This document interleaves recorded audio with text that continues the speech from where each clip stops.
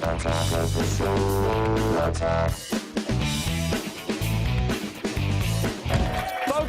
a new report is causing a seismic shakeup in the world of video games.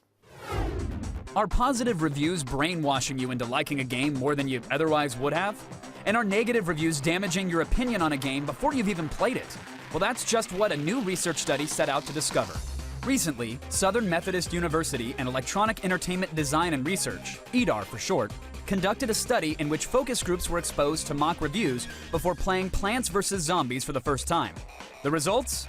Well, they may shock you. 2 thumbs up, it's the loot.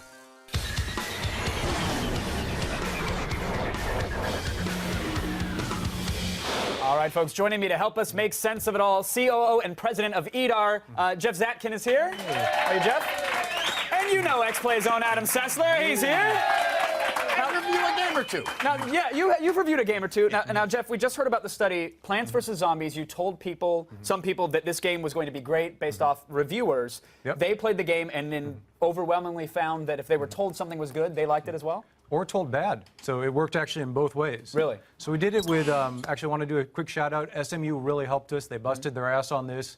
Jesse Divnich, our lead analyst, went down there. We took 3 days to do this, hit about 200 people. And what happened was we basically had 3 groups. Groups that saw high reviews, low reviews, and none. That was our control. And what it turns out is when we showed guys high reviews before they played it, and this was actually, they then played it 20 minutes, they gave the game a 20% higher review themselves when they were asked to rate it. And we offered, these were college kids, we offered them either money or a copy of the game. The guys who saw the high reviews were twice as likely to take it. Really? So it was crazy. That's, I mean, college kids need clean socks, too. You should have given them that. But this is fascinating to me because I've been told, like, Farmville's amazing by 3 million people. I refuse to touch the thing. So, Adam, as a game reviewer, this must be empowering, right? That your verdict on a game could potentially make or break its sales. But it's also, obviously, you know, Jeff was finding a group of people that had not played Plants vs. Zombies. And so, obviously, when I'm doing a review and I'm looking at the comments on the message boards, that's that hardcore space, who I know is there more for a sense of validation than to actually sort of make a purchase decision.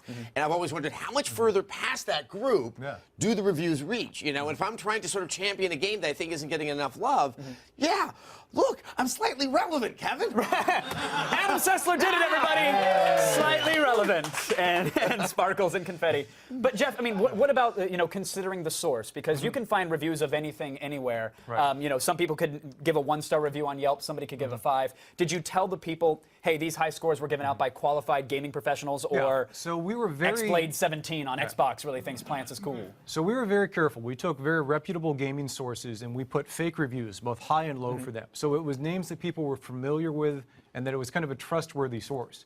And this really comes back to it. You know, if people, you know, if it's just a buddy or two, that may be one thing, but this comes back to a term called anchoring, which is basically making a good first impression. And if you can make a good first impression or a bad first impression, it skews your view of everything that follows.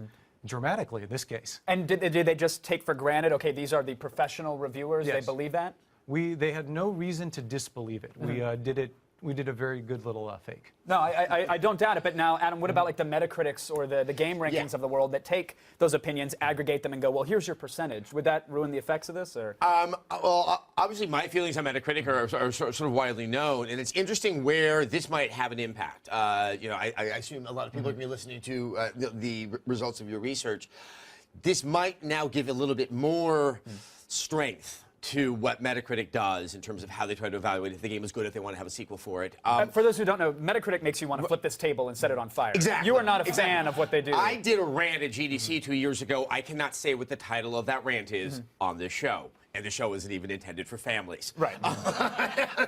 But the other is, obviously there is some attempt to get me very excited from the publishers in terms of, ooh, you know, they don't tell me to give it a good review, but they try to do everything for me to see the game in its best light. Sure. This may further strengthen their resolve to, you know, brighten the light even more. Right. Jeff, do you think we'll see now, because of this study, that publishers may be more apt to maybe release another magazine that is in their favor, that gives positive reviews to their games, or to try to bribe a reviewer or 3? It will, as long as people keep trusting game reviewers. Because if you look at, say, movies versus video games, you know, Airbender or Transformers is a great example.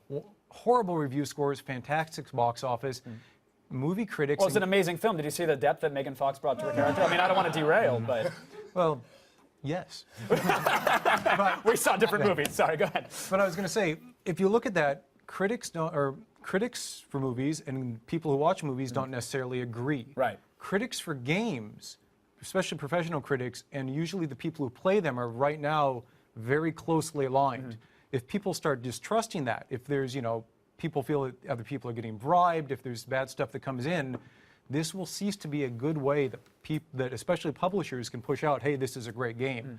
So What they about they could poison the well. The beyond good and evil disconnect, though, Adam? Like, I'll throw that out there. Here's a game that was beloved by critics. Everybody praised it, and it sort of tanked at retail. I mean, is that just an outlier? No, I think what it comes down to is the reviews are not the end-all be-all for the success of the game. I mean, there has to be some effective marketing. Some of this stuff actually in Jeff's study points out how they can better utilize reviews in their marketing to help kind of reach that audience, especially for those games that do need a little extra piece of love. I mean, obviously it would be fascinating one day to find out if Call of Duty, if you could fake it and give it only bad reviews, that people might actually sort of see it in a negative light and it could affect its I bet it would have a worse opening weekend. Yeah. I mean, word of mouth can overcome a lot of things, but, in the same way as marketing, if you've never heard of the game, you're not going to go buy it. It can only go so far. But the one thing is, we were talking earlier, we can't think of a non-licensed game, so that takes the original 50-cent game out of the running, that was completely panned by critics and went on to make a huge amount of money. Like, that's something that happens day in, day out with Hollywood We've seen the other side. We've seen really good games that don't get enough love from, say, marketing, but it's hard to find a really bad game that got a ton of love from marketing and succeeded. But how do you explain all the dancing games on the Wii still? I just don't. Like, no amount of 5-star reviews or marketing is going to make me shake it in front of my plasma. Yeah, but do you like every sports Just game? Dance. Oh, no. Really? I wish I was a 12-year-old girl and it would be a perfect experience. There you have it. How about that? You're the most relevant 12-year-old girl in the game review sphere. You got Adam Sessler. Jeff, it's a fascinating study. I hope people check out the full thing. We'll have a link, of course, on the G4 website. But thank you guys for coming by and keeping us in the loop.